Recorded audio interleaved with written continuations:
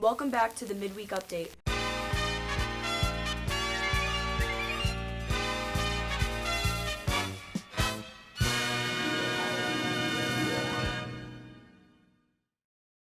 Hey Mepham, welcome to this week's Midweek Update. Today, let's take a look ahead at our coverage of St. Baldrick's on Thursday and get a look behind the scenes here at BMB. This and more as we take a look at what's going on this week on Midweek Update. I'm Haley Hepworth. And I'm Riley Freed, and welcome back to the Midweek Update, the BMB show that brings you closer to the people and places in and around the Mepham community. As this year comes to a close, some events that we thought may not have been able to happen earlier in the year are now happening. That includes the Skull and Bones production of The Theory of Relativity, which will be streaming for $5 starting this Friday at 7 p.m. You can see it by clicking the link in the Mepham Skull and Bones Instagram account's bio. Also this week, you'll be able to see our coverage of this year's St. Baldrick's event. BMB's Sean McQuillan got to see where some of the videos we put together to be shown at the event. St. Baldrick's is coming back to Mepham High School for the 11th year in a row. St. Baldrick's is an annual event and raises money to fight against childhood cancer. People from all around the community come together for this event. Some shave their heads, some donate money, and come out to support this great cause.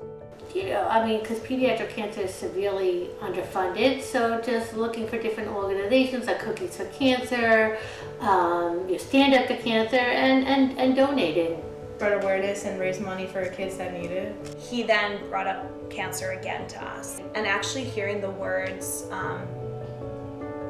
this is cancer, really kind of knocked the wind out. I have to say, when Kristen's team gets up there and they start shaving their heads, they usually all try and go together, and then they get a picture with her.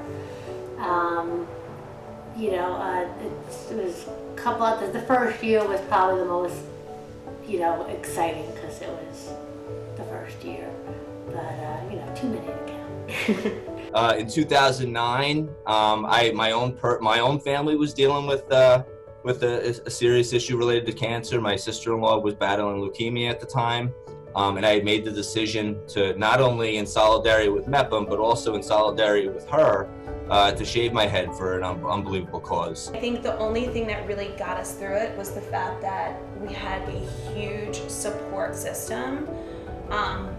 And a lot of our support system was actually the Mepham faculty member that just happens to also be some of my best friends, plus our family and our close friends are not involved with Mepham.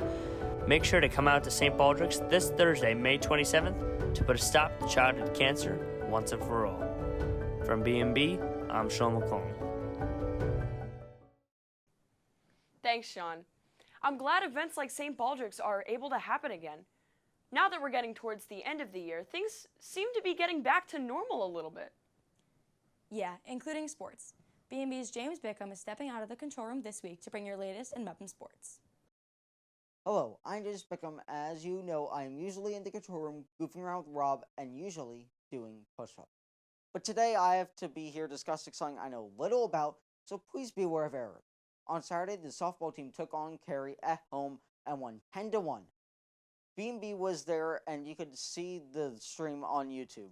Last night, many Mepham teams were in action. The boys lacrosse team traveled across town to Kennedy. The girls lacrosse team were home and went against Oyster Bay. The softball team got into action against Oceanside. The Mepham varsity baseball team played New Hyde Park. Tonight, girls badminton is going against Right Next South, and that is all I know. And even then, this is not certain to be correct. So I will send you back to Haley and Riley, and I will see you next time I get randomly tossed onto a show. James BICKOM out. Thanks, BICKOM. You can check out some of our coverage of Mepham sports games on the BMB YouTube channel. And if you've ever been curious about what goes on behind the scenes on these BMB shoots and shows like this, you're in luck.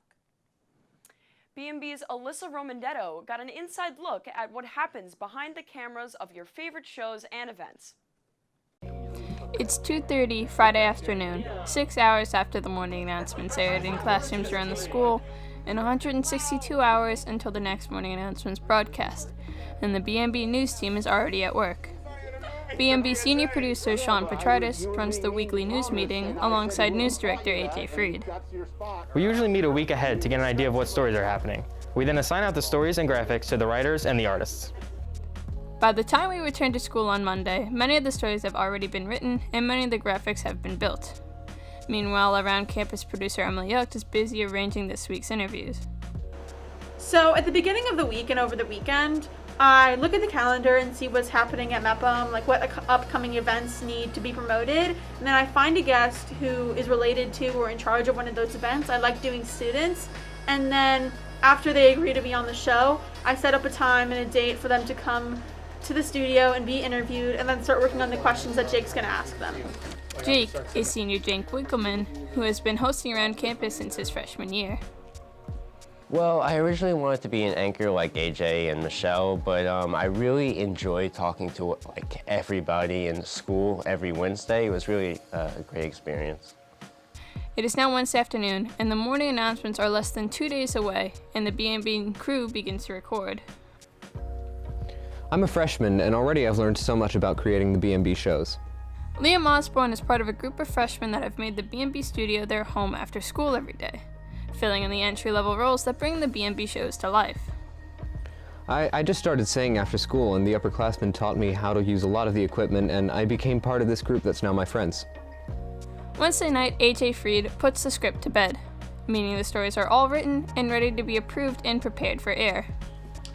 So now that I've collected the stories everyone writes and organized them, I'm now sending off the script to the script supervisor to be formatted Thursday morning. It's now Thursday, and the crew will spring to life throughout the day. The weather and sports reports will be written, and the graphics will be built. All the graphics will be uploaded to the TriCaster so that they are ready for showtime. We shoot the morning announcements after school so that we could clean up all the mistakes, and trust me, there are a lot of mistakes. James BICKOM is a Mepham sophomore who has risen through the ranks at BMB by being present at all the BMB shoots. On Thursday, he acts as the technical director, switching the different camera angles that we'll see on the morning announcements once it hits the air. The shoots usually wrap up around 3:30, but there is still work to be done. BMB senior Mike Galfano then sits down to cut together the different pieces of the show that were shot throughout the day. But even when he's finished, there's still one last piece of the puzzle. BMB associate producer Hannah Boxmeyer works from home Thursday night to create the show's unique thumbnail and description for social media. I try to create something unique, something different, something that will catch people's eyes. And then at 8:05 Friday morning, it's showtime. Then a few minutes later, the clock starts over, and we do it all again. And all of this is what you don't see when you're watching the morning announcements. For BMB, I'm Alisa Romandetto. Thanks, Alyssa. A lot goes on behind the scenes here at BMB. One person that's a big part of that is the producer of this show, Louis Saraceni. He's here in the studio now to talk about his time in the program in the last 4 years. Welcome to the show, Louis. What are you working on right now? Right now, I'm here in the studio as you guys are filming the show, producing, getting everything ready at the beginning of the show, making sure that the script is loaded in, everybody's in the right places, so that everything kind of goes smoothly when we're recording. So, Louis, what have these past 4 years in BMB been like for you? These past 4 years in BMB have been great. I've learned so much throughout my time in the program, whether it's just technical stuff like, editing, writing, everything like that, or just kind of more life skills, teamwork, leadership, responsibility, and I've made a lot of great friends here, so it's just been a great experience. And what are some of your biggest accomplishments during your time in the program? I think it would probably have to be just producing the show, especially during the shutdown. That first episode that we did outside of school, getting everybody together, making sure we had the packages, I think that was great. And, throughout the whole shutdown, just staying on the air the whole time, I think was a great accomplishment for the whole program. So I'd say that. What advice would you give to the younger students in BMB and those joining the program in the future?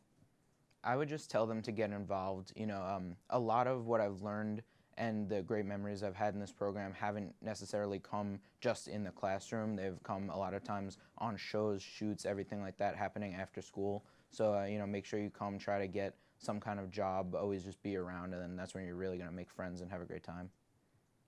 What will you miss most about BMB after this year? I'm definitely going to miss all the friends I've made. Like I've said, I've made a lot of great memories here, just hanging out with everybody, on the shoots and recording the shows, like I've said. So that's definitely what I'm going to miss. Thanks for coming on the show, Louie. Well, I guess you're always here. But that's it for this week's episode of the Midweek Update. We'll be back all next week with all new stories from the BMCHSD to bring you inside the parts of the community we don't always get to see. And until then, I'm Riley Freed. And I'm Haley Hepworth, and we'll see you all next midweek.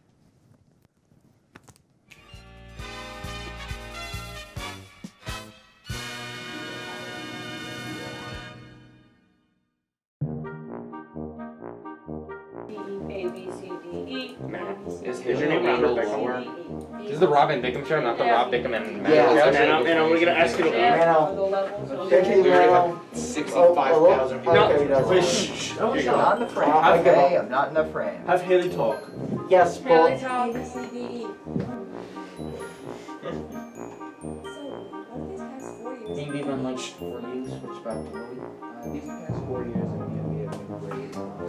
I've learned so much about my time in the program. What's that for? Wait, go next to. Until then, I'm Riley Freed. And I'm Haley Hepworth. They switched up the order. That.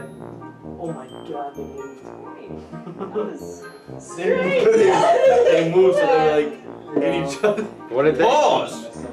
What? I said they were in each other. Whoa!